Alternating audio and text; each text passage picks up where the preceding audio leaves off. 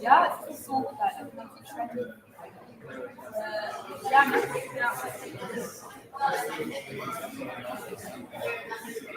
ja, ich bin auch voll angenehm.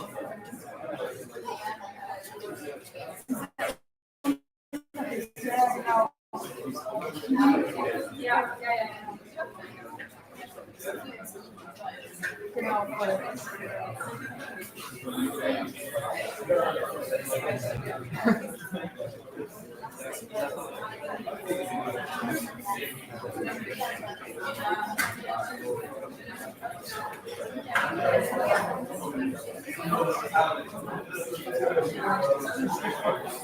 Die ganze Zeit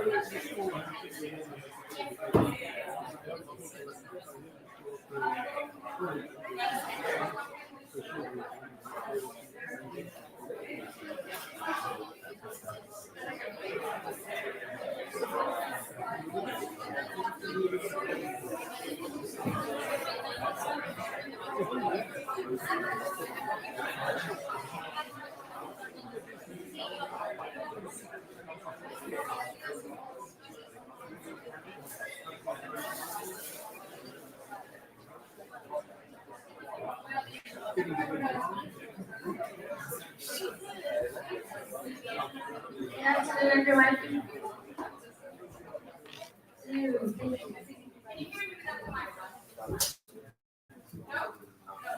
So I'll use this, and hopefully Brian will use as well. Let me just, or not. So welcome to Haddad Entrepreneurship Institute. For the ones who don't know, we are the Center for Entrepreneurship and Startups here at Nova SBE. So we have lots of initiatives and cool programs, and this is the kickoff of our student acceleration journey that we like to call Makers in the Making. Today, my name is Maria, by the way, and that girl over there, the real nice girl, is Carmen, our new trainee. We have more people in the team, but unfortunately, they were not able to be here today. You'll be able to meet them on the next events. I would like to share with you the agenda for the day because we have lots of things happening today. And just to be clear, so this is the kickoff of the student acceleration journey that I will share an overview of the program afterwards. But the goal for the program is for students who want to build ventures, or for students who want to find people who are building ventures, or even for students who want to learn about entrepreneurial topics, to come and to learn a lot and to build stuff and to experiment stuff like the Living Lab throughout a series of workshops, events, initiatives that we will have, okay? After the quick presentation I will give, we will move to a workshop about entrepreneurial mindset and first steps on how to build a venture with Brian Tam. A round of applause for Brian Tam.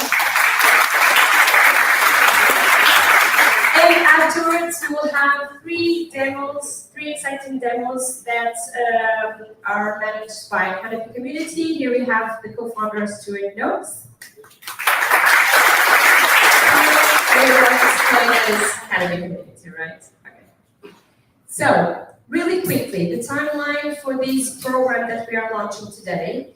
I will explain the first row because it's about the first semester, otherwise I know it's too much information. But we will have today's workshop and today demo, so you can see real world startups, how they do their demos and explain their businesses. Then on October 9th, we will have a design thinking workshop for everyone with no ideas, just the methodology for you to learn how to use it. On October 16th, we have a really cool event here at the Haddad Entrepreneurship Institute. It's Nova matchmaking event where we get students from Nova SBE, Nova IMS to get to know you, to share your projects, and who knows, to be co-founders and to build new teams. Then we will have the From Ideas to MVP workshop with Brian again. Then how to choose the right business model. We will invite an entrepreneur still to be defined. And then we will end, that is January, so we will end with a pitch session that students who are building ventures can apply, and then we will have a real pitch with the panel of judges, etc. Really cool event. Beside these workshops, we will have community moments and peer-to-peer pitchings. If you want to, you can join our community WhatsApp group so you can be updated, but we also share all these initiatives in LinkedIn and on Instagram. Now, without further ado, it's your turn, Brian. I said this. So you trying to think out of the book for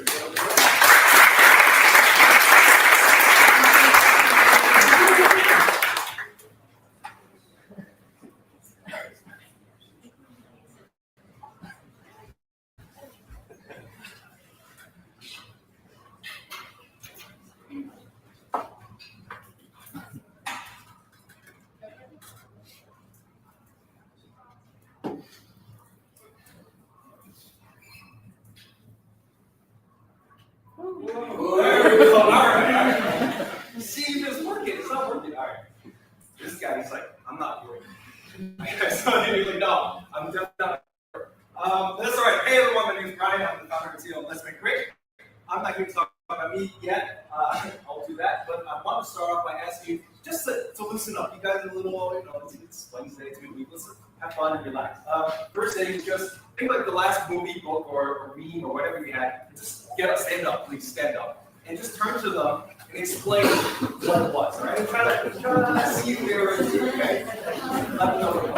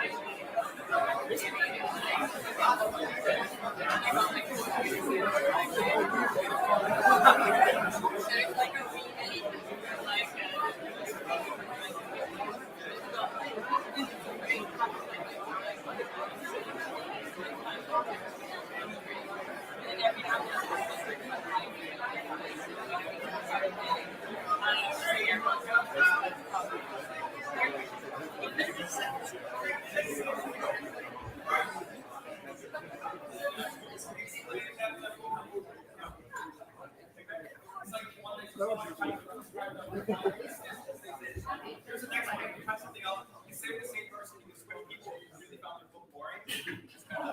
No, don't do that. But take out your phone, show them your favorite app, whatever it is.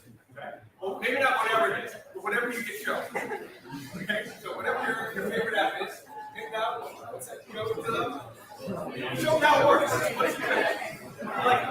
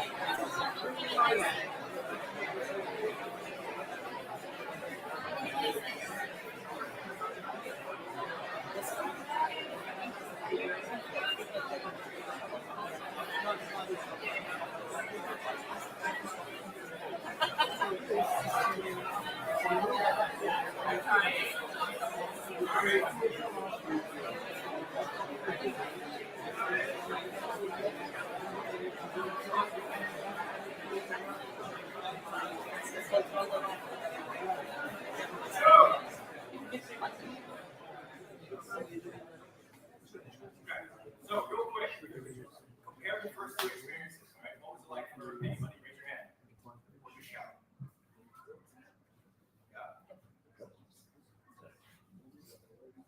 Movies are boring. Okay. Apps for fun. That's a good summary. Thank you. Anybody else? A little more detail. Why was it more fun? Broke the ice. Okay, yeah, that's good. Yeah. And it's easier to remember, like I do think about them. With the movie or With the app. okay, because then you can see what's happening, right? And something we are like everyday seeing and using. Yeah, that's true. You're not watching the same movie over and over again. Yeah, well, it is easier with the app to show the other person what you're talking about. So with the movie and the book, I have to explain everything. Yeah, just take out the phone and I like it. Yeah, totally. And I saw like right after that, most of you put your phone away and just continued talking. So that was kind of cool. I think there's a hand in the back, right? Yeah, I just wanted to say it's like a common topic. Everybody has like an opinion on it. Yeah. Your favorite app?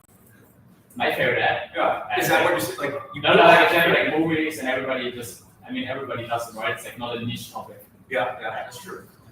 But that's basically the idea, okay? It's not super complicated, but I think a lot of times we're overcomplicating it. It's like, let me tell you about my favorite book. And nobody wants to hear that, right? But if you can, say, hey, look, this is what I'm doing. You're like, whoa. It's a lot more engaging, a lot more interesting. So, go tell. And what we want to talk about, what I want to talk about today is mindsets. Because a lot of times I have ideas. And I tell them, okay, cool, what am I supposed to do with this? And I just like have so much energy, I'm like, but then I get stuck because just too many ideas. And so that's what I want to focus on and talk about today is what are you supposed to do with all these ideas? How do you cultivate that mindset of entrepreneurship, of creating? And to do that, I want to share 3 stories. They're going to be a little bit random and disconnected, but hopefully afterwards it kind of makes sense. Talk about founder mindsets, whatever, and it's an exercise. And finally, we'll have a little Q&A. Where you can talk more. And to start off, 30 seconds on who I am. My name is Brian. I don't expect you to read this, so my actual intro. Brian Tan. I'm the founder and CEO of Let's Make Great. We're a creativity consultancy, or nowadays I call myself a thinking partner. But basically, I talk about strategy, branding, and growth, different parts of the business, and I work with a lot of companies before. I created a card game, wrote a book, have products. And you can also say founder coach. Like some people are like, what is a thinking partner? That's not a thing. I'm like, fine, I'm founder coach. Are you happy now? Founder coach. I was born in New York. I went to Shanghai in 2007. I came here around 2020, around the same time as that. I think. And I love volleyball. So if you ever see me playing volleyball out in Carcavelos, just say hi. I am a friendly-ish person. And okay, 3 stories. Again. This will be disconnected, this will be random, it won't make any sense. Welcome to entrepreneurship. Okay. First story is my friend Robin. He is this guy I met, he's a French guy, that's not relevant, but it's just, it paints a picture for you, okay? And we met playing volleyball 20 years ago at the University of Maryland, which is where I studied. I already graduated, we were playing. He was a postgraduate there. And we were talking about volleyball, of course, we were talking about movies, we were talking about neuroscience, all these things that we really had a lot of passions on. And the one that stood out most over the time was cinema, right? Because I mentioned I moved, and he stayed in Maryland and moved on. But we would continue to work on these little film projects together. We would shoot things, we would experiment, we would exchange these little clips. They're stupid little art projects. But one day he told me about this interview with this famous filmmaker one day, and he said, this guy, or girl, I don't know who it was. They were students studying film, and they were struggling. They like made some things here and there. They didn't really know what they were doing, but eventually they realized like, all right, I'm just gonna try something. So they were having an interview themselves one day, and they went to a print shop, and they made up a little business card, and on the business card it said one thing. What did it say? Filmmaker. That's how we became a filmmaker. Like, when am I ever going to be a filmmaker? And that is relevant because what does it mean to be a filmmaker? And when you really, really become a filmmaker? I mean, yeah, you can make some movies or whatever, and like, are you a filmmaker? Are you really, really a filmmaker? Yeah, if nobody sees it, it's not really filmmaking, right? But connecting that to entrepreneurship, when do you become an entrepreneur? Yeah? When you have a venture? Okay. At least a failed venture. If you failed, you're an entrepreneur. Okay, nice. That's possible. But if you think about it, like entrepreneurship, it's not a job, right? It's not really even a title, right? Yeah, some of you might be founders or whatever, and you can literally go to your LinkedIn right now as we're talking and be like, you know what? Founder. And then everyone is going to come to you and be like, hey, dude, so you're a founder, right? And it actually works. People will start to treat you differently, right? But does that really make you an entrepreneur? Do you have to fail or do you have to do something else? Not job, not title. No, it's not even a goal, right? And yes, you can study it, right? Actually, I teach here also, and you can go to film school, you can go to art school, you can go to music school, but it doesn't really make you a filmmaker. It doesn't really make you a rock star. It doesn't really make you an entrepreneur. Not really. Even if you have, let's say, a pretty good teacher like myself. So for me, entrepreneurship is more a way of living. It's a way of being. It's a way of constantly being out there and doing things and experimenting and failing and learning and studying. And, you know, it's again, similar to a rock star. You don't go around telling people you're like, yeah, rock star. That's me. And you did, it's cool, it's fine, you can do that, I guess. Like, that's completely fine. But this is not something for you to call yourself, right? Not really. And if others call you that, you're like, oh yeah, that's kind of cool. But really what you should be focusing on is continue to learn, continue to experiment, continue to build, continue to sell your stuff, focus on your work, focus on your passion, focus on your art. That's all that really matters. Keep experimenting, keep learning, keep building, keep selling. And that's the story of Robin. So Robin, that was 20 years ago. Now he's leading a cyber security startup. It's probably not a startup anymore, it's been a while. Protecting some of America's infrastructures, nuclear infrastructures in Chicago. So he's doing pretty cool. And he's also still making some movies on the side. So just to let you know, keep your passion flying. So that was the story of Robin. Again, disconnected, random. You're like, what is this about?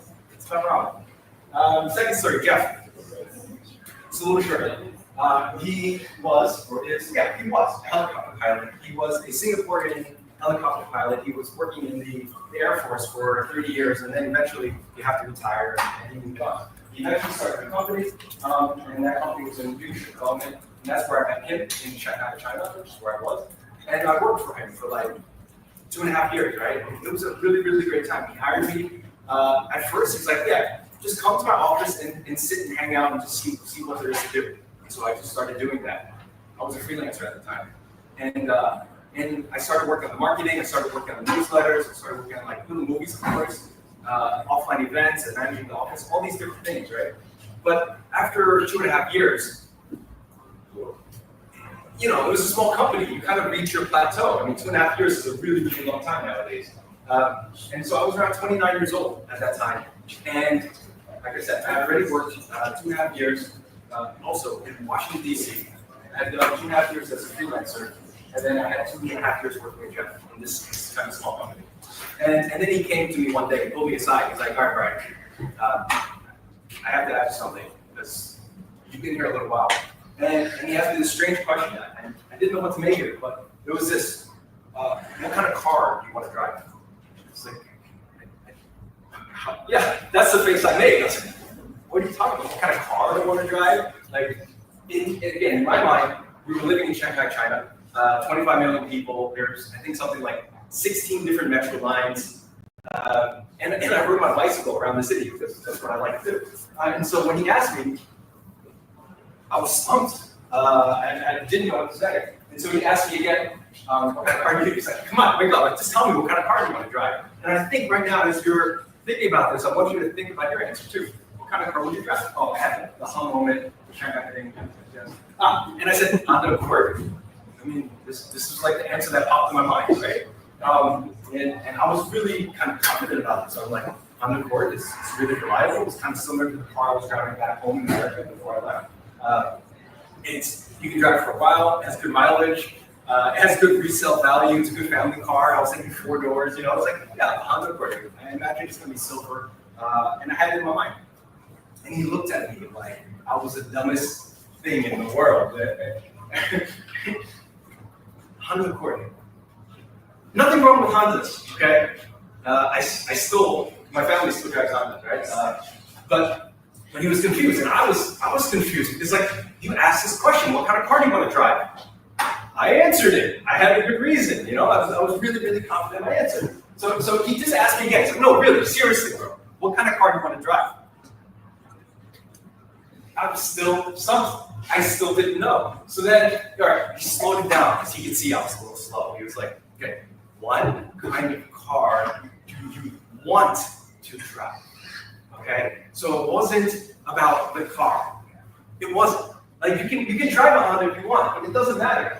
But it was about thinking something bigger. Because I already worked with him for 2.5 years, and he said, you're a young guy, you have a long career ahead of you, I've seen you're talented. He said this, I didn't say it. I told you though, didn't I? It's a little weird that I tell you that he told me that I was talented. He told me I was talented. He told me I was going places. And he said, imagine in 5 or 10 years, your situation is going to be different. You should be thinking about driving a Porsche. It's a Porsche, right? Porsche. Okay. Come on, guys. All right. You should be thinking about driving a Porsche. Okay, maybe a Ferrari or a Lamborghini or something. I'm American, so this is how I pronounce these things. Okay, but you should be thinking about driving something special, right? You should think about doing something bigger, something more. And I wanted to drive a Honda Accord. And if I was really, really honest, I just wanted to cycle around the city. That's all I wanted to do. Like, I didn't really care about a car.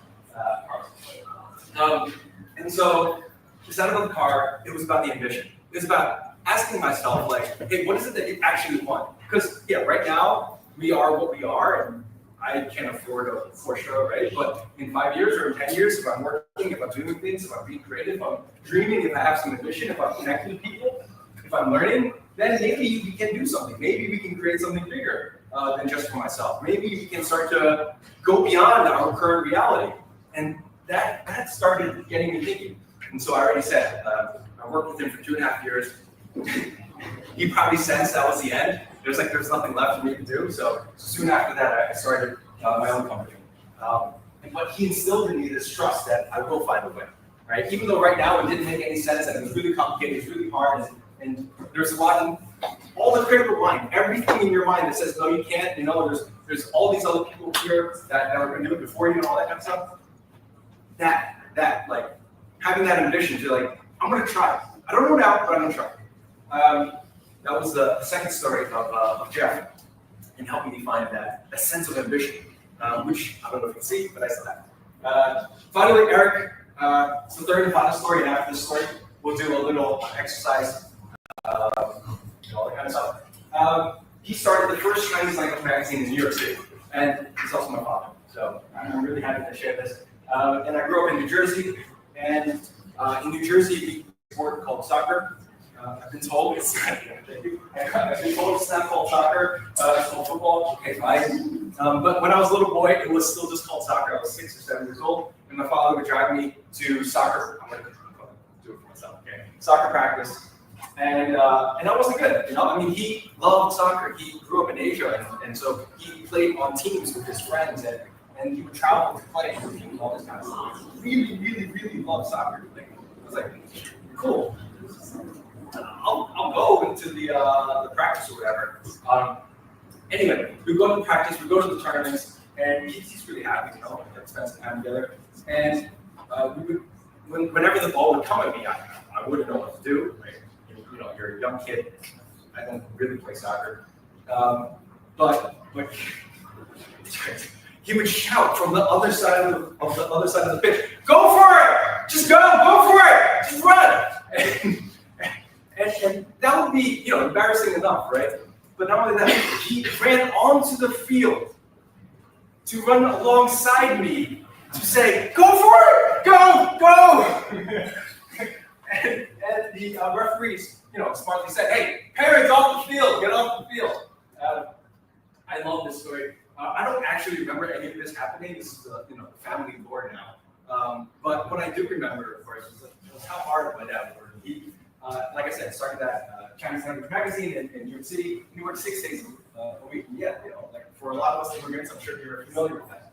The first 5 days of the week, he was developing the magazine, editing, writing, connecting, pulling together all the different designs and stuff like that. And the last day, I got to go to the print shop to pick up and distribute all the thousands of magazines all across the city, all the hundreds of stalls. And this was from the 80s, 90s, and 2000s. And so there was a turning point. My first year in college, my first week basically was 9/11, and the economy changed. We all know that. But in being in New York City, the economy changed in a very different way for us locally, right? So and obviously the internet was starting to take off at that time. So Chinese language magazines, you can kind of see it's declining, or at least it's declining. So he had to change things up. And he was around 50 or something at that time. And it was hard. It was hard. He didn't know what to do, but eventually he found something. He ended up being working in sales at a car dealership. Guess what he sold?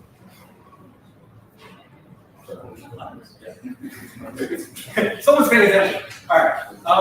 But how or why was he going to sell tablets? Like, he was in the publishing industry for the first 25, 30 years of his life. He didn't know anything about cars. He didn't know anything about selling. So it was really strange, but he made it work. He kind of figured it out over time. He learned, he studied, and experimented.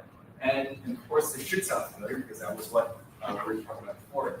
But through that long process, over a period of, I guess, 10 or 14 years, actually, after he finished, he was one of the gold masters. He likes to remind me, son, I was a gold master. And you can imagine this is kind of like one of the rare achievements for a salesperson. And I was like, okay, cool, it's whatever, 1% or something like that. And it wasn't easy. But he told me the thing that he learned most in becoming a gold master was learning how to listen and really, really listen. Like when somebody comes to you, what do they care about? What are they thinking about? What's important to them? What is going on in their lives, right? And really honing in and focusing in on that person. And I was like, okay, that sounds simple enough, but what made this idea special was that I was also learning to do this, to deeply listen as I started my company. And so that stood out to me. That was like a really nice little memory. And again, what my father represents to me was the amount of hustle that he had. All those years, all those 6 days a week, and he just worked super hard. And I think this was common for all the different entrepreneurs that I met, all the great entrepreneurs, right? They all have this kind of go for it attitude. You really have to understand what it means to go for it. It's not just to be like thinking and saying like, yeah, I'm going to go for it. Like I'm going to hustle. I'm going to figure it out. It's really to be out there and learning, experimenting, building, selling, right? And like I said, every entrepreneur that I know is a hustler. At the same time, all of the great ones that I work with, they don't do it for money. Okay, I have to be clear about that because it gets boring after a while. Eventually, you're probably gonna have enough money. But most of them really do it for mission. They want something bigger than themselves. That ambition that we talked about earlier. And at the same time, even though I'm talking about hustle and working hard, as an immigrant, that was important to me. I don't think it's for everybody. Okay, I get it. Like, also, I'm getting older. I don't know why that's funny. I'm laughing at that. I'm getting older. I start crying too. But balance is becoming more and more important to me, right? I like playing volleyball, like I said, and that was just saying like you can't just have work in your life. You have to focus on the other things. And probably for most of you, the students at least, you're like, yeah, okay, whatever. I'll need that right now. Or maybe like, yeah, I don't want to work, whatever it is. But those are the three stories and three mindsets that really changed my life, right? Robin, and this feeling of creative identity. Like, if you say you are what you want to be and you work at it, you can be that thing, which is mind-blowing to somebody as a 20-something-year-old. Jeff, what kind of car do you want? And it's not really what kind. You can take out the car part. It's just what do you want? What do you really, really, really want? And yeah, I get it. It's hard. And when I was 20-something, I was stuck. That's why I didn't start my company until 29. I had a lot of time to think about it. And thanks to Jeff. And thanks to that constant asking and reflecting, what do you want in your life? And finally, my father for instilling a sense of ambition and drive and hustle. So these were the three. If you ask me to think about entrepreneurship, this was it. So I want to ask you right now to think about entrepreneur and to imagine the people, what are all the different people that come into your mind? And we're going to work with that. We're going to try to make something of it. Okay? So, and then we'll have time for questions and all this kind of stuff. But the goal of this next little 10 minutes or so is to create the ultimate mindset for you as an entrepreneur or as a whatever you want it to be. It doesn't have to be an entrepreneur because it's up to you, right? You can modify this however you want. So, the ultimate entrepreneur, or even just entrepreneur, or whatever it is in your head, okay? You take out your phones, you're gonna need to write a little bit or whatever you want to write on. But think about that, and think about it for a second. Like, who are the 10 people that you think of when you think of entrepreneur? Okay? And write it down, because you're gonna do something with that. So just take, let's say, I'm gonna give you 2 minutes, and we'll go from there, okay? 10 people. I know you can do 3, but give me 10.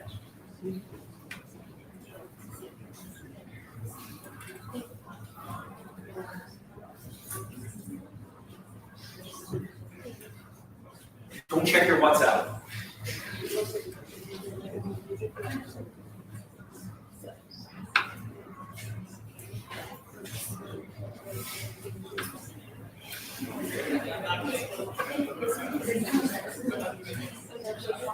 Really do it. I mean, if you don't want to be an entrepreneur, think about whatever else you want it to be. If you want it to be a chef or whatever, engineer, whatever you want it to be. Top 10. People you admire. It could be in real life. It could be people you see online, whatever.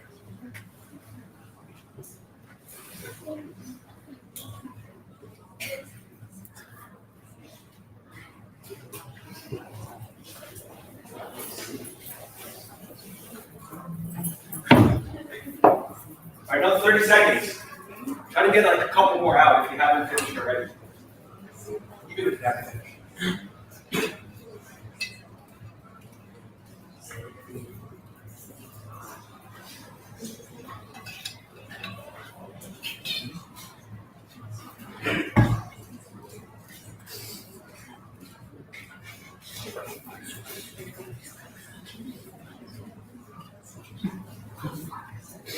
People you admire, anybody, just you can broaden it up. It doesn't have to be up there.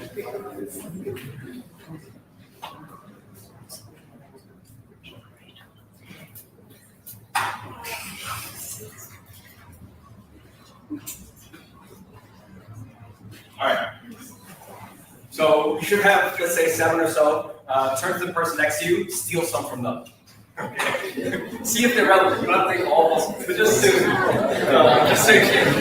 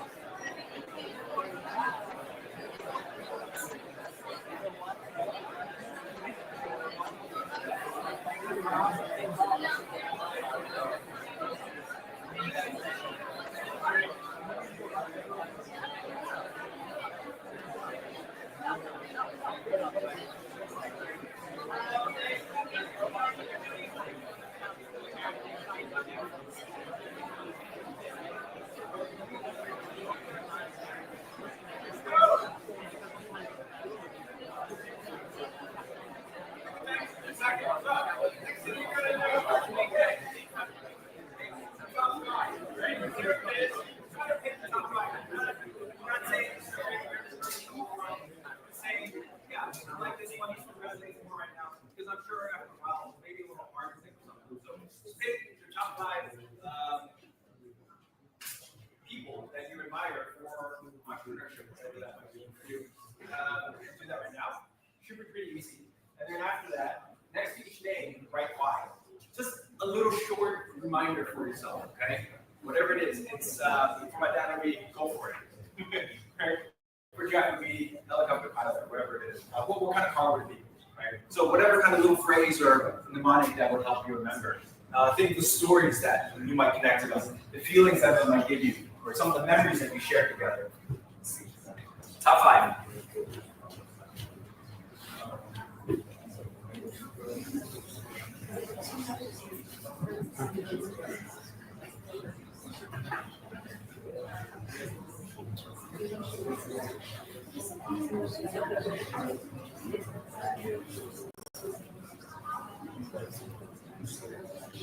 Just taking notes for yourself, really.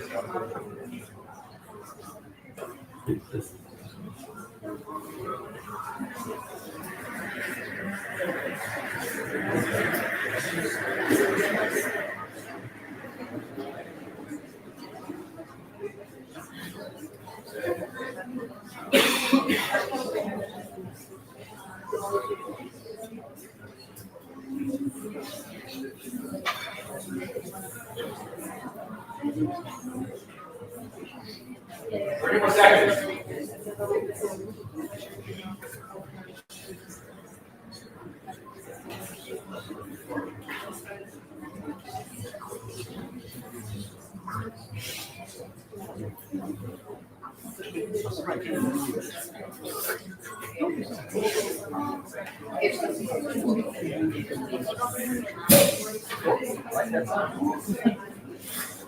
All right, very cool. So here's the next step. Okay, it's a little weird, but this is how my mind works.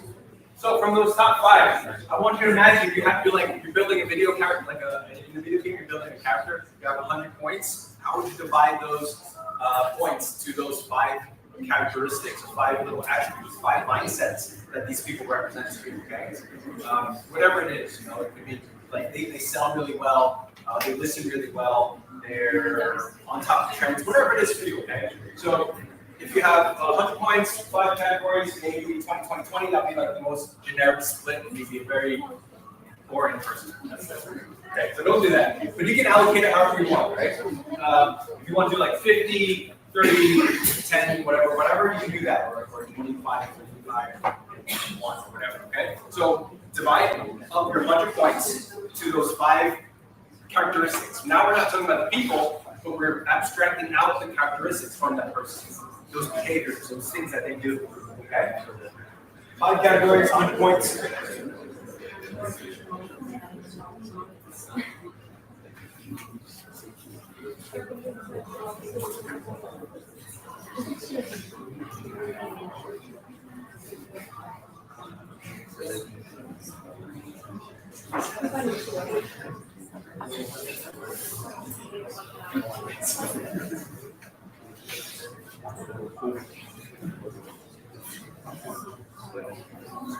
Don't overthink it. Don't do fractions like 0.5, 32.5. No, you don't need to. It's a feeling.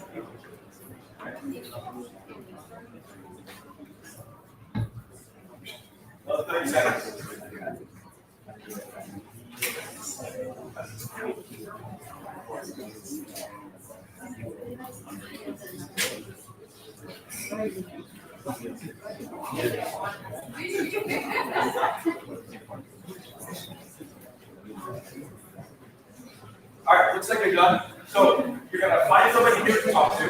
because you already basically explained everything to them. You're going to find somebody new to talk to. You're going to explain what your top 5 characteristics were, or mindsets, whatever you want to call them, and then describe it, and say how many points you were going to give that. And hey, there's no right answer, okay? These are only your answer. That's all that matters. If somebody makes a face at you, send them my way. I'll talk about it. You like that. Okay, so find somebody, stand up, talk to somebody different. Not the same person that you're talking to. You know that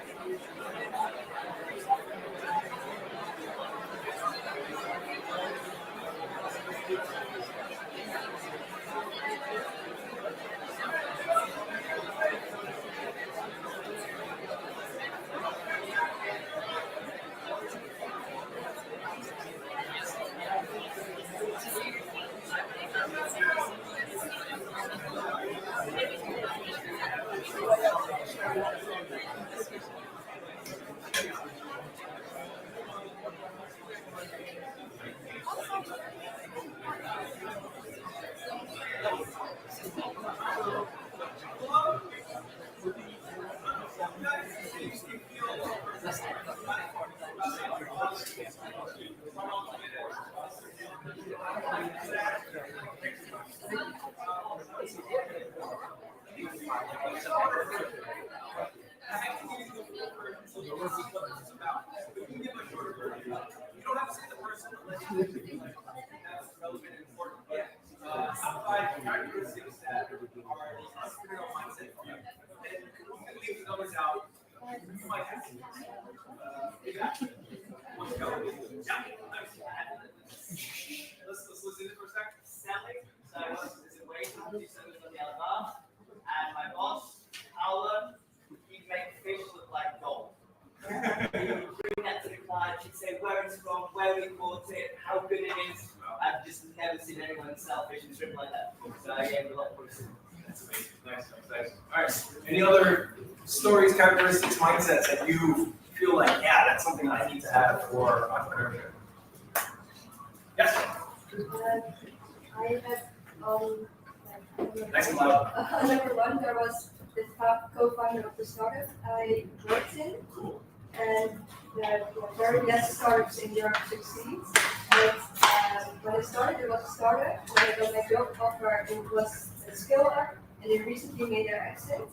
And the co-founder would wake up at 4, go to the gym, be the first one in the office, and then leave in the evening. So it's really stereotypical. Yeah, very stereotypical. Wow. Like these are our personal examples, right? These are the people that we know. So that's really, really interesting. It's good to be around these people. You start to see what is the range of human possibility. It's amazing. Let's do one more. Yep. Yeah, he's the CEO of Seven. Right now, he founded Focus in Europe, and he helps me close that sensation that you have to go all in. You're in school or where your parents tell you, you get a side job and then do your stuff. You're ready. You have the idea. Go out. Go to the lobby and start working. Nice. Start hustling, right? Start committing. That's beautiful. Yeah, I get goosebumps thinking about that. That's really amazing. All right, maybe you have time for one more. Yeah. Yeah, I chose Richard Branson because I love the way he worked around his dyslexia. Yeah. Like at the start, he started with like a magazine and interviews, and then as he has dyslexia, it's difficult for him to write text. But he just interviewed people that had that talked quite well and just wrote down everything. And I love that mindset of working around his disability. Super creative, super smart. Like, it's possible. Right? We all have our little barrier or boundary or whatever it is, right? Some of them bigger than others, but it's possible to get past it. Yeah, this exercise I like to do every once in a while. I think when I meet some people, I'm really thinking about like, what is it about this person that's special? What makes them tick? What are they thinking about? How are they different than the others? And later you're going to be listening to other amazing founders, and you're going to meet a lot of other people too.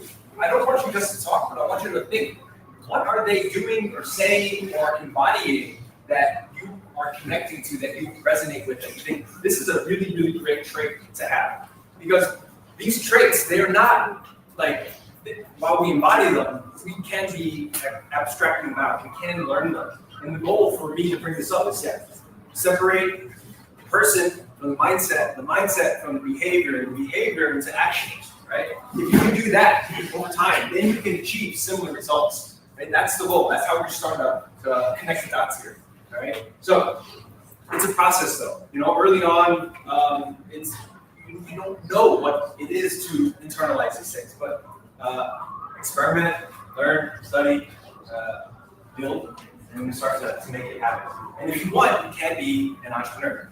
If you want, if that's what you want to be, or whatever you want to be. Like, I don't want to say like you have to be an entrepreneur. That's nonsense. Because think about it. For anyone born before 1983, okay, or around that time, before that, growing up, was there such thing as entrepreneurship? Was that a job? Was that something? It didn't exist. This is all made up, guys. There's no such thing as entrepreneurship. There's no such thing as rock star, okay? This is just what we are doing as a society to say like, yeah, these are cool people. But in 5, 10, 25, 30 years, this is going to be different. It's not going to be entrepreneur. It's going to be something else. And I want you to be prepared for that. It's the same process, right? Identify the mind, identify your ideas, identify mindsets, and then figure out what that means for you. So we did a little exercise, we did a little 3 stories, and then now we have time for Q&A. Q&A makes the most sense when you're selfish and asking like a question that's relevant for you. If you just ask like a big question, like, why did you want to become an entrepreneur? Yeah, we can do that, but I could also just text you or whatever, right? And I do like talking and connecting. So this is my LinkedIn, so connect me if you want. I love talking about startups, ideas, your latest creative project, whatever thing you're thinking about. I love that, whatever it is. Q&A, how much time? 5 minutes? If you have questions, otherwise we'll move on. Yeah. Do you have any sort of system to filter out ideas? Yeah, that's a really difficult question for me because there's just so many. Just 2 ways. The first way that I like to do is number one, like what am I most passionate about? And then it's hard to say because like, you know, you can sit there and think like, yeah, I'm passionate about this, and this, right? But it's not about passion, it's about time. So for me, even now at 42, my passions are changing. My like ideas and inspiration and things that I care about are changing. Like right now, I'm really about volleyball. Like I love volleyball right now, right? So I'm leaning into that and I'm enjoying that. So that's what I mean by not just passion, but time. And then not just time and passion, but practicality, meaning like, what are you actually working at? Because that's, for me, that's also an indication of passion. If you're not working at it, then you're probably not passionate about it. So these kind of parameters that I'm trying to evaluate. Am I actually spending time with this? And do I really care? So those are the, like, sorry, it's like such a dirt simple response. I'm so generic. But it's what I got right now, yeah. I have a question. So for me, it's a bit hard to measure how much risk you should be willing to take. For example, if you have a certain amount of money and you want to go for it, but it's always like very risky at the beginning. Yeah. Like how much should you like? Do you have something that like for you personally is like something that helps you measure that? I've done busts a few times, so I'm probably not the best person to ask. Yeah, I'm just trying to ride that wave of boom and bust a little bit better now. And how do you manage it? I think the first thing that came to my mind as you were asking it was like, what won't kill you? Right? And if you can invest that much, then go for it. Like for starvation. Yeah. I lived at that age. That's why I did it. Yeah. I don't recommend it. I'm not saying I recommend it, right? Let me make that clear, right? Like, starvation is not fun. How can you raise money without a problem? Well, how much product would you have? You have nothing. What do you have? Some validation and some service. How much validation? Yes. How much validation? And what is that feedback look like? How tangible is it? It's like, looks like there is a problem. Problem is there, and the solution is problem. Yeah, so that's the definition of validation, right? That's good. And so you have that, but like, how tangible is that? Yeah. So how can you make that more tangible? Sure, yeah. But can you get, letters of interest, written confirmation that this is something, what's your name? Francesco, you found a very serious problem, and it sounds like your idea is interesting, and you get, let's say 7, 8, 9, 10, you get more, and then you're like, hey, you go to some investors and you say, this is what I got so far. I know it's not much, I'm not going to ask for the world, but I can ask for a little bit. And maybe you find that you probably won't, but you probably need to go to the friends, fools, and family round first. But if you go, any of your sophisticated friends, families, and fools might say, that's the point. You did a lot already. That seems pretty legit. What are you going to do next? You're going to start asking questions, and you got to deal with the answers. Make sense? Yeah. One more, last one? Yeah. My question is, when you're starting something and you don't have a lot of money to invest in it, and you have friends that like can help you, for example, the photographers or I don't know, models or something if you're doing a clothing brand, do you think it's fair to ask them as a favor, or maybe you should try other ways? I don't know. You understand what I'm saying? You should not ask something for free that there's actually charged. I don't know. Is it a good way to go, or I don't know. Just for Many thoughts. Many thoughts. That's one thing. Sorry. Yes, ask. Okay. But if you have to keep asking, then make sure you compensate. But also be okay if they say no. Right? But I think what's stopping many of us, it stops me, right? Because our friends are our friends. You know, we hang out with them, we drink with them, we spend time with them, we go on vacation with them. The last thing you want is to be like an awkward little things like, yeah, I did you that favor, you know? And then there's that kind of weird feeling, right? So you have to be okay with no's. And you also have to be, I have another friend who does this really well. He will ask for favors, but he'll say, no, but like, let me make it really clear. You can't say no, okay? I'm not just saying that, and he says all this. I'm not just saying that. You can say no. I know you're very busy and you have a lot of other things to do and all that. Like, if you're willing to just do this thing, you know, tell me how much would that be worth to you so I know in the future. Like, I want to make this real. So just tell me if you don't want to do it or if you're uncomfortable, whatever. Like, I won't ask any more questions. Drop the issue, right? So that's what he does really well in asking for favors and then being okay with those. And ask, right? You ask. But like, having said that, just ask it. Last question. Thanks, Brian. How do you approach difficult situations, and which kind of thinking pattern you use to do that? Difficult situation? Open. And what kind of thinking pattern you use? Open. Can you be more tangible? Can you give me a more tangible question? You see what I'm doing? You see what I'm doing, right? So yeah. So like, you're asking the question, it's a little too vague. I'm responding to vagueness until I get clarity. Okay. All right. That's the process. Interesting. All right, and on that, we'll end here. Thank you, everyone. Have a good night.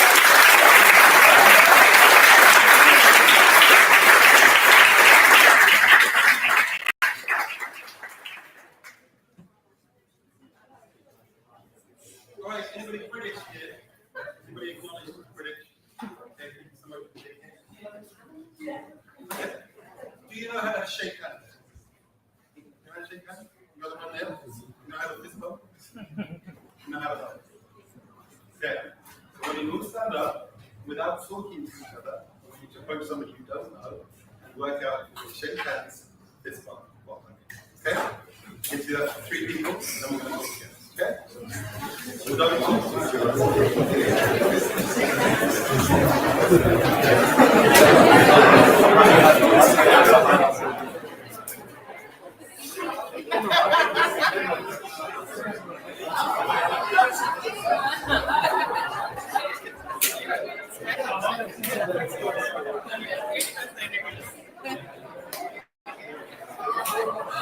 I saw you.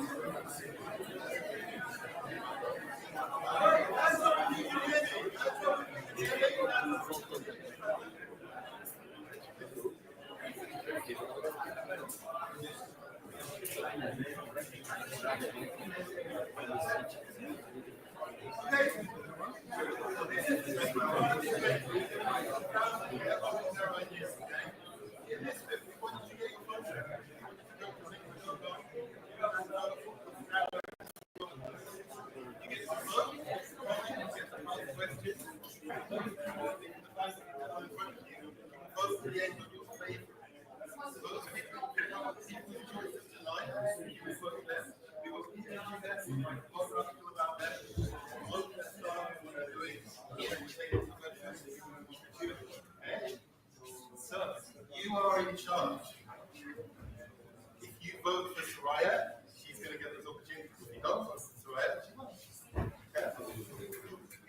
startup is made.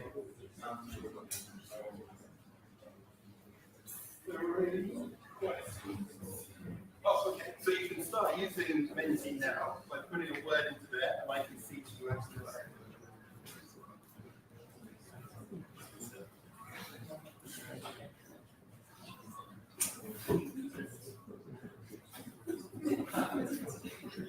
Food is coming. 30 minutes.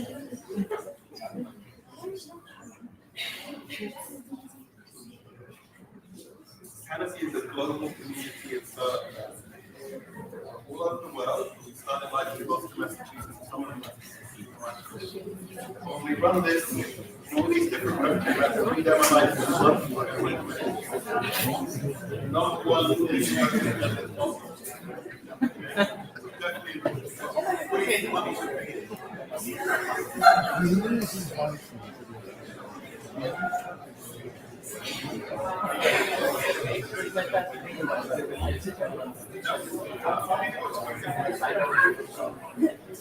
number one thing that goes in every car.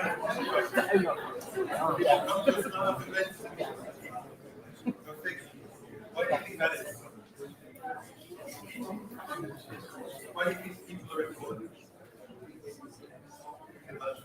Okay, I'm going to show you why people and communities are important. Okay, so bear with me. Load your first time. So this might be tricky. Stand up. Yeah? Stand up. Stand up. The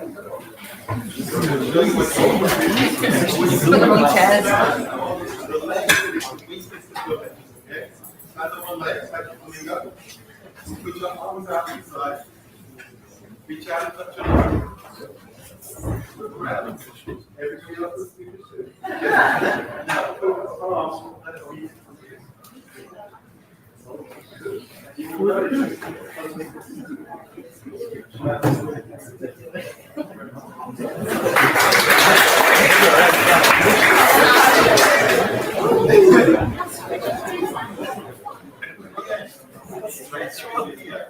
I'm over here and going to introduce 3 demos, okay? We're going to get one about fire detection. We're going to get one about getting jobs. We're going to get one about innovation. 3 different styles, 3 different founders, 3 different ways of doing this. We've done this so you can experience this and understand how people go out there and ask for money. And once you get in your head, you want to ask everybody up there 3 questions. Every time somebody stands in front of you, you're going to ask them 3 questions. You might write them in, you might get to shout them out, if they don't like you, do some of that. So it'll take you 5 minutes demo and 5 minutes Q&A. This is the job. When you ask them questions, they learn. When you ask them questions, you learn. When you watch as you ask her a question, you learn. If all of you are doing that all the time, every time you're one of these, and you're all looking after each other, you're doing well. And that's what we do in the environments in London, Lisbon, Cornwall, and all sorts of places in Singapore. That's the person of Singapore today. And we do that to help people all walks of life, all different modes, all different ages, all different sizes, thrive in information. That could be a classical company, a technology startup, or a freelancer, whatever it looks like. We're going to have a pleasure now. I'm going to introduce you to the lovely startups that are going to take the stage. And that clapping that you did for Brian, I want you to 10x that every time. If you do that, they'll 10x that. Okay? Got the idea? Pleasure, over to you. Try and pleasure, see if you can bring it to the stage.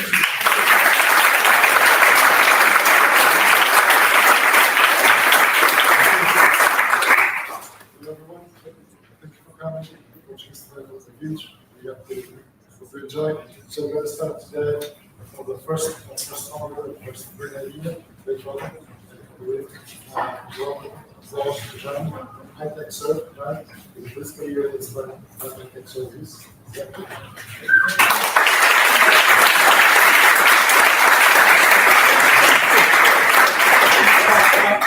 I think Brian talked when he said something about 42 when it's feeling old. I'm 52, okay, I'm not feeling old. And I start my entrepreneurship at 48. So let's go start. Okay, so today I'm here to present a surveillance solution for environmental protection. detection.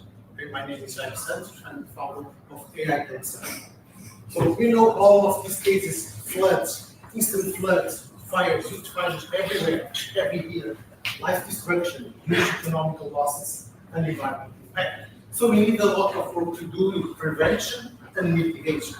Right? But it doesn't matter what you do in prevention, we never know exactly, we will not stop this kind of events. Due to the climate change, this will increase in terms of frequency. So in terms of prevention, there is one big issue. You never know exactly spot and exactly how it will start. So we need to work on the side of mitigation also with one key aspect, early warning systems, because this is the only way that we can limit damage and limit the life destruction. And the main problem currently is that basically there is no surveillance in place, not because of the system, because of the So we bring a disruptive solution, believe, that is based on vision, because it's computer vision with AI, that detects fire and water or potential floods in the very early stage and be able to adapt these decisions to each context, each camera, and this way also reduce false alarm. 10 to 50 times less cost compared to more traditional solutions. And since this is already a multimodal solution based on vision, it's very scalable for multiple types of detections. We were awarded with a prize that we honored very much, and we have a view. Create a fixed fire dome system. This is not only for military defense, right? We can use for our purpose. And then with 5 fighting drones in place. So the reason that we do now is because climate changes brings the need to climate action. So we need to contribute to sustainability in the urbanization. Then we have the AI, machine learning, computer vision, things that are already encapsulated in our solution, and in the future, drone integration that is emerging. So basically, we are talking about early detection, early fight. And we are, in fact, currently looking for investment, 250K for a group of activities, and we have a clear plan and a clear plan. So who wants to help us to protect the environment and our family? We need to come and help humanitarian.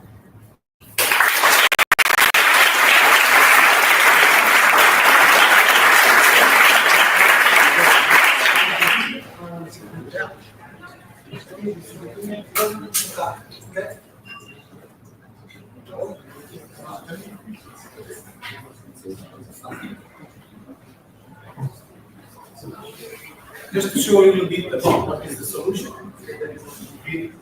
around 2 minutes, the video that I'm talking to.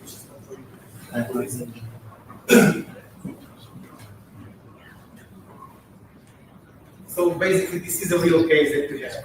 The main challenge that they have is in Portugal. We don't have surveillance with vigilance. Right? So we put our system in place now, and they don't need it anymore. This kind of process. And we are covering for areas of 4 cameras, right? That are making the surveillance in the top of the area.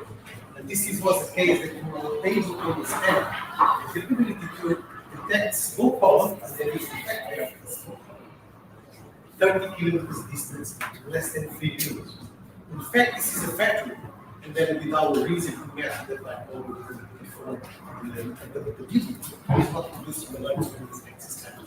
Or heavily produced if it gets inside. This was a real case of a fire 19 kilometers away from the place. They grabbed the car that they have to firefight, went to the place 19 kilometers, then they told us. We arrived, we were not the first ones, but we were one of the first, and the event was 10 minutes before it was registered for 10 minutes execution. This is a solution that is integrated with Axis. Axis is a camera provider. So it's a professional system. Our solution is integrated with this, where possible to manage different cameras, video walls, and etc. And we can produce a group of alerts. One of these alerts can, for example, if you are at 100%, bring the camera where is the event is there. So, and these alerts also allow you to record, send emails, and send the mobile notification. So there is a mobile part where the person that is operational will receive the email. You can put an image that shows to the people what happens, exactly the reason why you start to do that. And if you have a solution, you can just click enter. We'll see here in this place our appears a recording. It was not activated when we used it, but all it is this live. So basically, it's validation in 10 seconds. And at any moment, the person can just go and you can see all the games of this. And it said, we can make the validation in 10 seconds.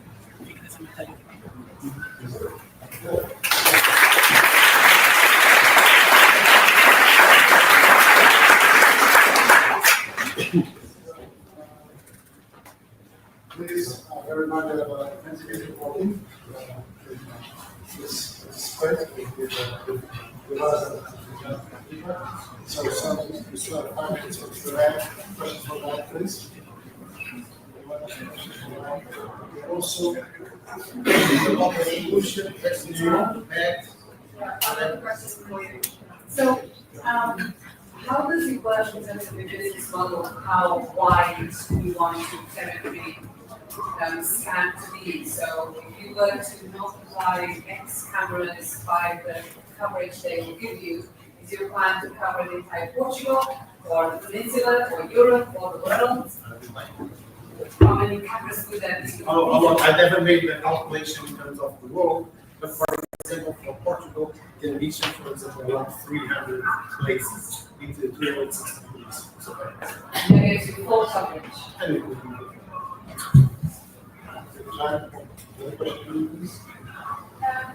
People are just telling that that's probably is it the government, like Yeah. they This is a good question because everybody says that it's very simple protection. It's not.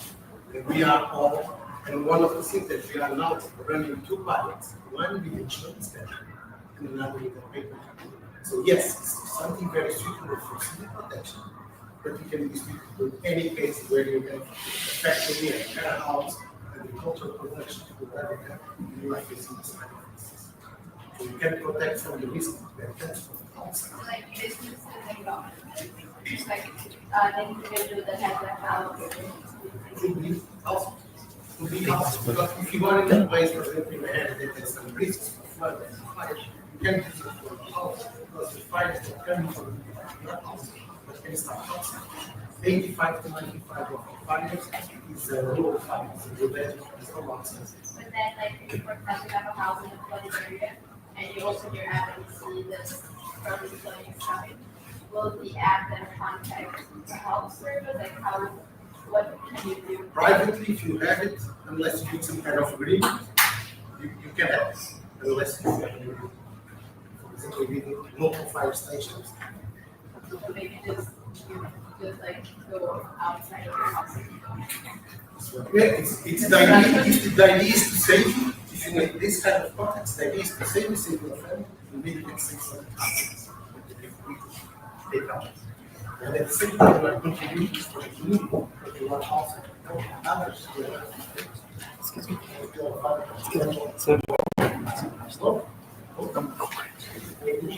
Obrigado. Yeah. But where are you on your journey? Where are you on your journey? Well, we are in what we call in between the pre-seed and the seed stage, so we have a principle on the bread, we already have physical mutation. We are running these pilots in the insurance company, the paper company, and also in software. And this is the part that we are trying. It's a long, when I talk about my journey, my main difficulty is the journey of sailing in the education. It takes a lot of time, especially for the a lot of thoughts. Very fast. Yeah, so if you got those 2 pilots, then you're and have already followed, you don't really need an investor because it's someone. Could happen.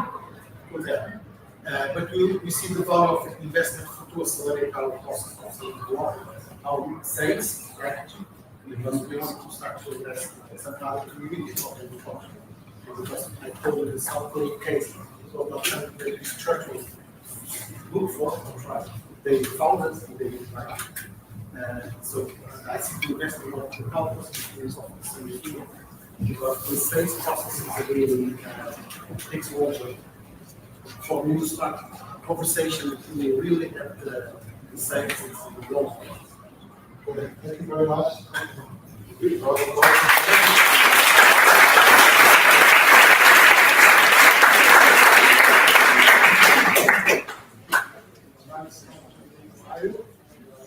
Yes.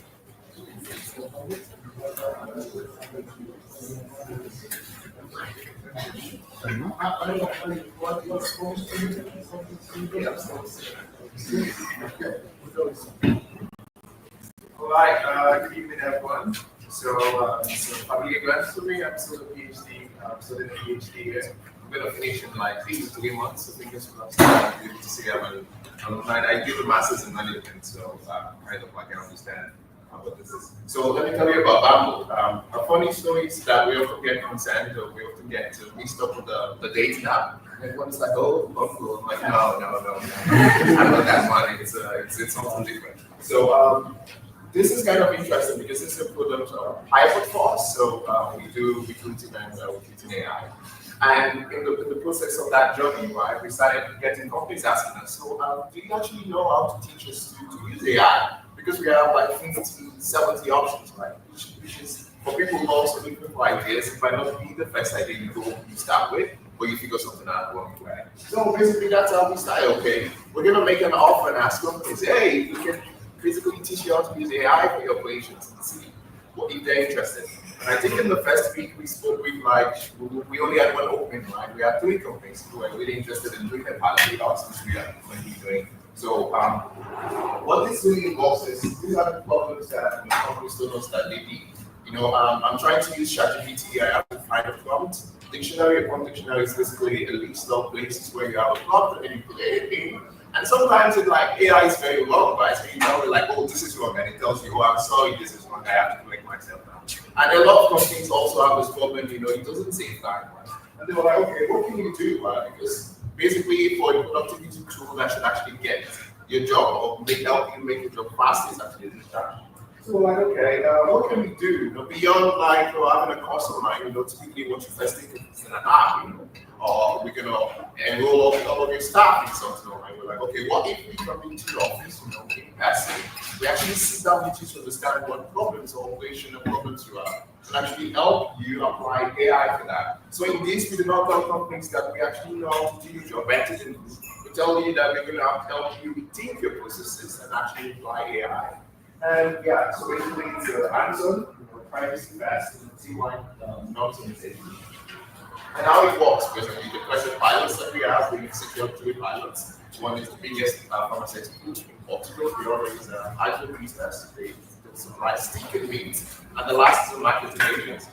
And it's quite wild because I didn't expect that would be, working across so many industries, so it's been exciting. So it's delivered on site, run by AI practitioners. It's really cool, right? Because then you can say, hey, I have a PhD in AI management and I have a master's in management. They're like, oh, cool. So that is kind of like, it really helps also when you understand what you're talking about. You're able to show that you have that. And so we apply for these roles, so operations, sales, marketing, HR, products, and deliver it to the languages, Portuguese, English, and Spanish. We're hoping to add more as we go, but for the pilot, we're going to do that. And so what we believe actually, these are the savings that we're actually seeing with our products. 5 courses, our save per week, we reduce repetitive work on all of those. And we've actually gotten feedback with this pilot that teams understand how to use AI, right? Because a lot of companies right now are going to business and digital transformation, right? There's a lot of strategy up, down at the C level, but when it comes to the actual developers or people who actually get day to day, there's no plan of happens to them. This is what this is designed. So thank you so much, and we hope you understand what we do now.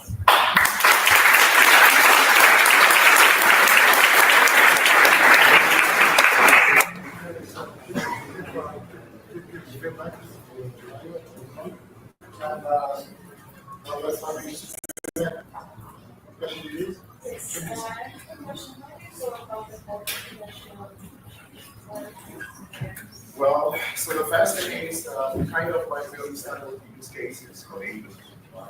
And in most cases, also, we ensure that the options that are available are not options where first is, just like you have a coworker that has an MBA, right? Basically a tool you have also has to have the same level of connection.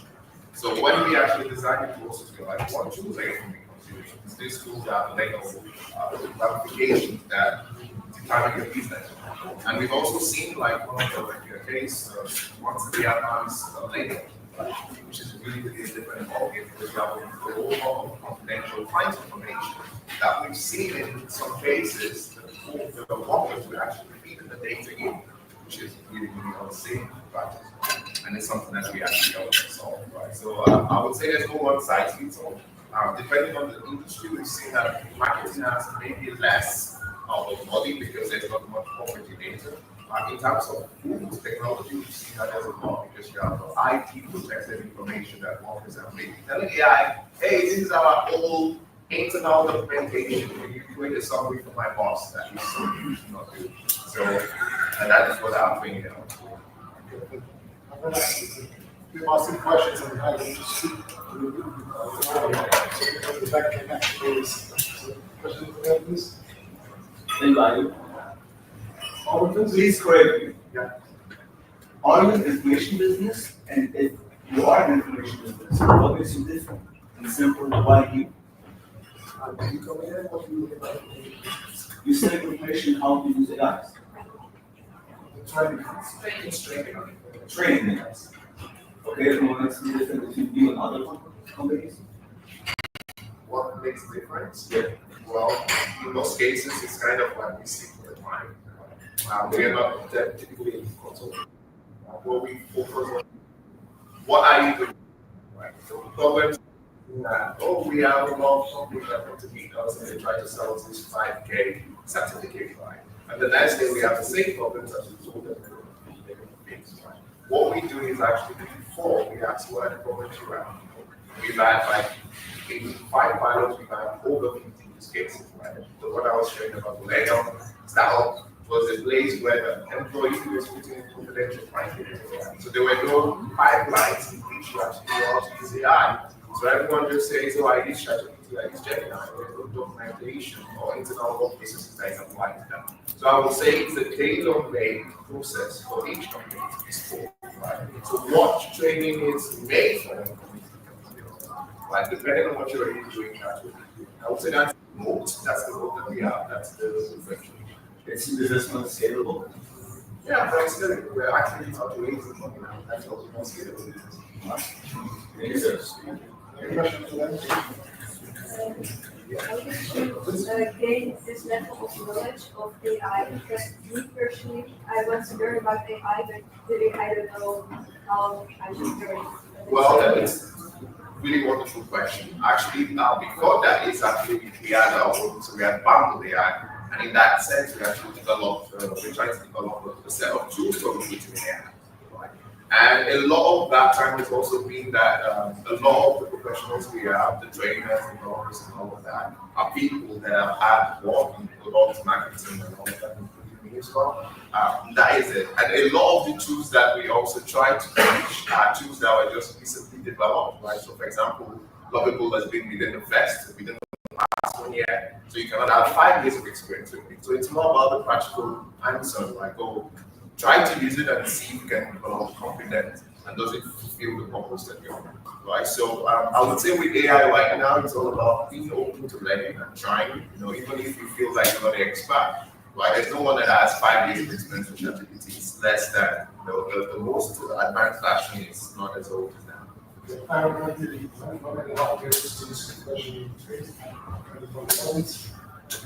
Okay, which is really interesting because we had a big problem with distribution before now, right? And I would say this is probably the first product we launched where I don't have any concerns about our go-to-market. You know why? Because we figured out it by actually telling people and by using our network, right? So Melissa is my co-founder, she's not here, she's traveling right now. She's part of the Women in Tech Portugal. That really starts over 20,000 companies, right? So we started speaking with people. Hey, we have a wonderful training program. Do you want to just speak with us about it? And that's how we started.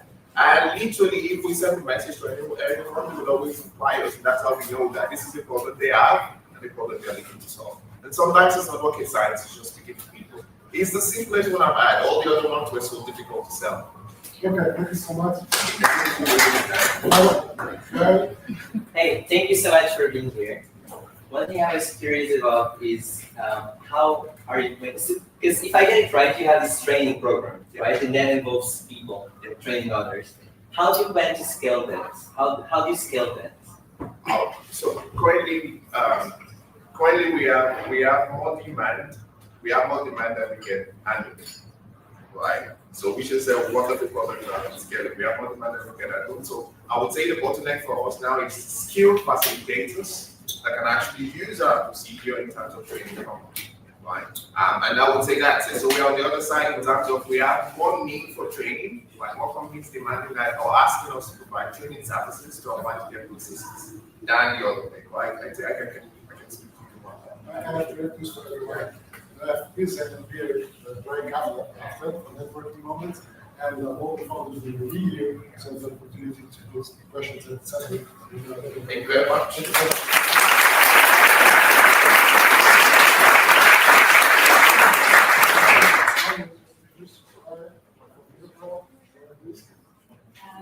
Thank you all.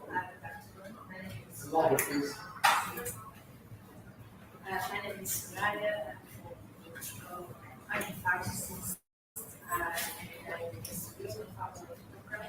and I founded DemoNightkX because I was working on R&D. I was working on R&D pharmaceutical companies for 15 years, and I was trying to work on breast cancer, to find a cure for breast cancer, and also for malaria. And on that days, I was trying to talk with my peer in UK or in the US, and we cannot collaborate. And this was my vision to create, to put all the R&D people together to cooperate and to innovate faster. This is the mission of InnoCrowd. So InnoCrowd is an open innovation platform with AI, and we connect researchers, startups, and spin-offs from all around the world with organizations that have challenges. So nowadays we have 1.6 million solvers in our platform. It's powered by AI. So anyone in any company, public or private, they can submit a challenge in our platform in an anonymous way. And we have algorithms, and these algorithms will put the sticker of the challenge with the right solver. They are all around. Okay, so our value proposal is to give solutions in every area. We are agnostic on the areas, in 4 streams, and we have a 95% of implementation rate. So why InnoCrowd, and why the companies would start to use InnoCrowd? Because we are the only open innovation platform in the world that have 1.6 million solvers, people that have know-how. And we are the only open innovation platform that have AI and machine learning. And also, we have solved more than 50 challenges from all around the world on the healthcare, or chemistry, on mobile, on every sector, energy. And it's fully scalable, so we can, a company can submit the challenge. The company can be in the US, and they register in our platform. They go and put the challenge in on our platform, and then we can have a solver from China or India that can solve that particular challenge. We have a lot of success cases. We have solved more than 50 challenges in this with inaugural. I have here like 3 success cases that maybe I will go forward. This is one that is very known. It's on YouTube, and it was also in newspapers. And this is for you to see the power of collaboration and the power of organization. So this is an airport here in Portugal, at Porto. They had a problem for 15 years. Some aircrafts were landing, and somehow some of these aircrafts lost the GPS signal, and they don't know why. And the airport thought that there was a problem on the satellite of the airport, and they thought that they had to invest millions of dollars to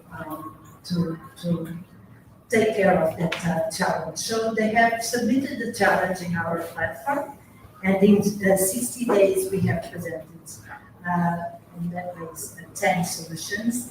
And there was one solution that was very, very simple, and it was from a big solver, a big researcher from a big university here in Portugal.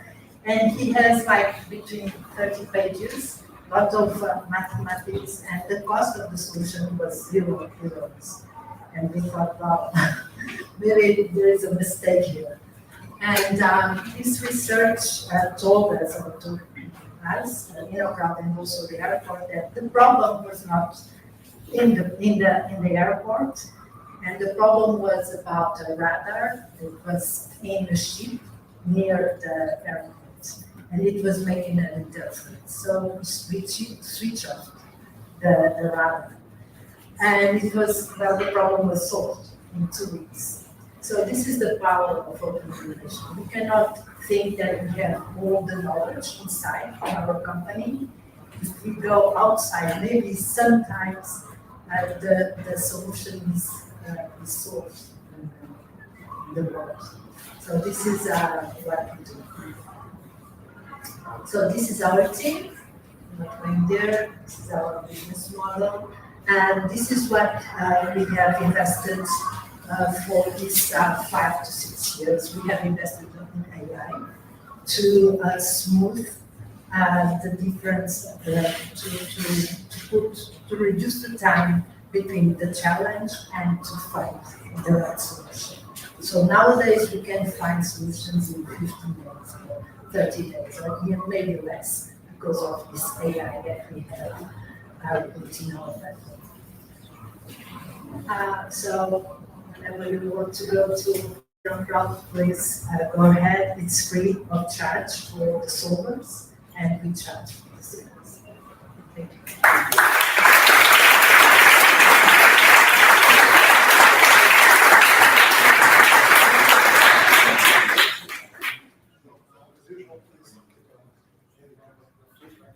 Questions for Soraya? I see Paul now.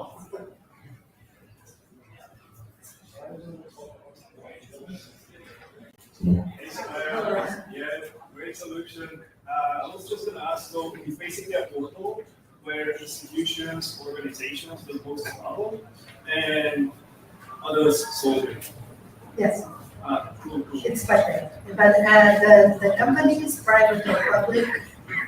They submit the challenges, but it's very important for them to maintain confidentiality. So they are anonymous, and also the solvers are anonymous until one point, until we match the secret and the solver together.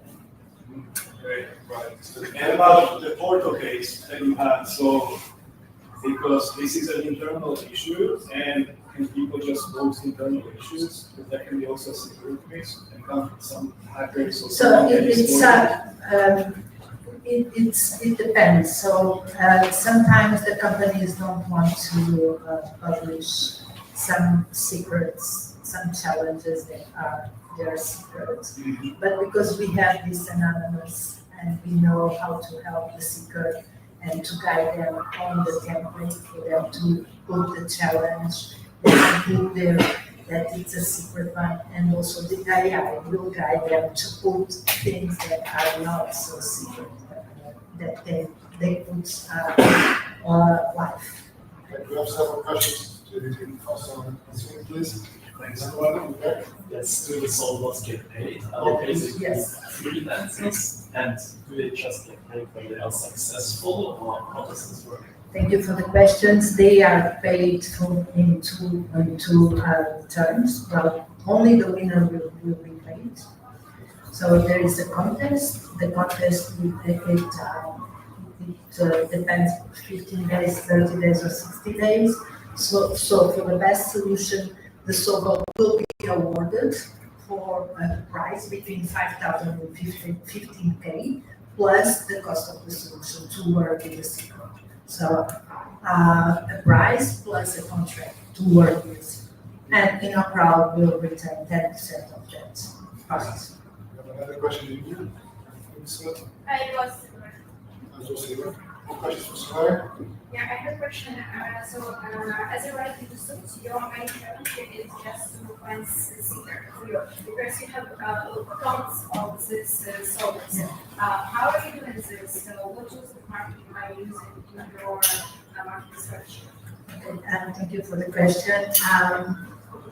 The first seekers was very difficult.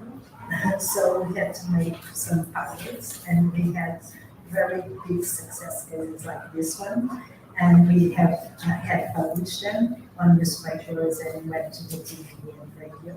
And this is when we started crowd. Then on the company, they will start with the big company. They will start to talk to other departments about crowd, and afterwards it's word of mouth. If you have success, the companies will talk with the others. This is our first marketing tool. It's like from the 80s. So if you have success, the companies will talk about you. Word of mouth. But the second one, of course, because we want to have seekers from the US and Germany and France or wherever, we have invested on digital marketing, on SEOs, on whenever we have a success case to put on social media and to put on newspapers, on radio, and TV. Okay, thank you so much.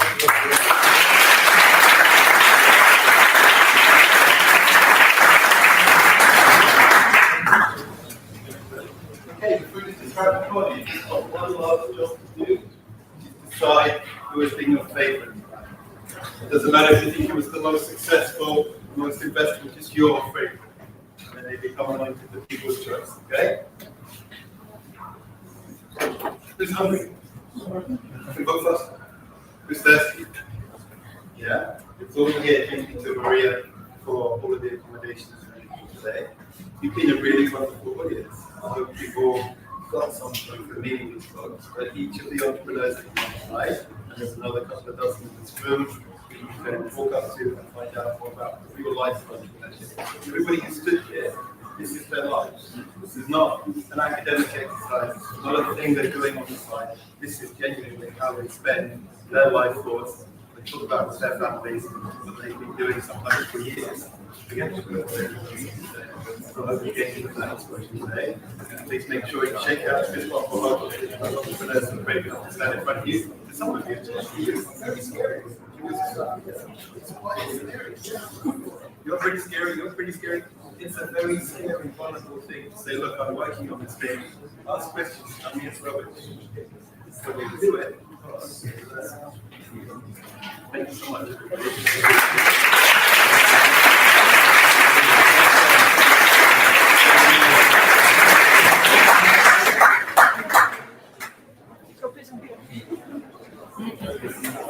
Most fun part of the world. Yes.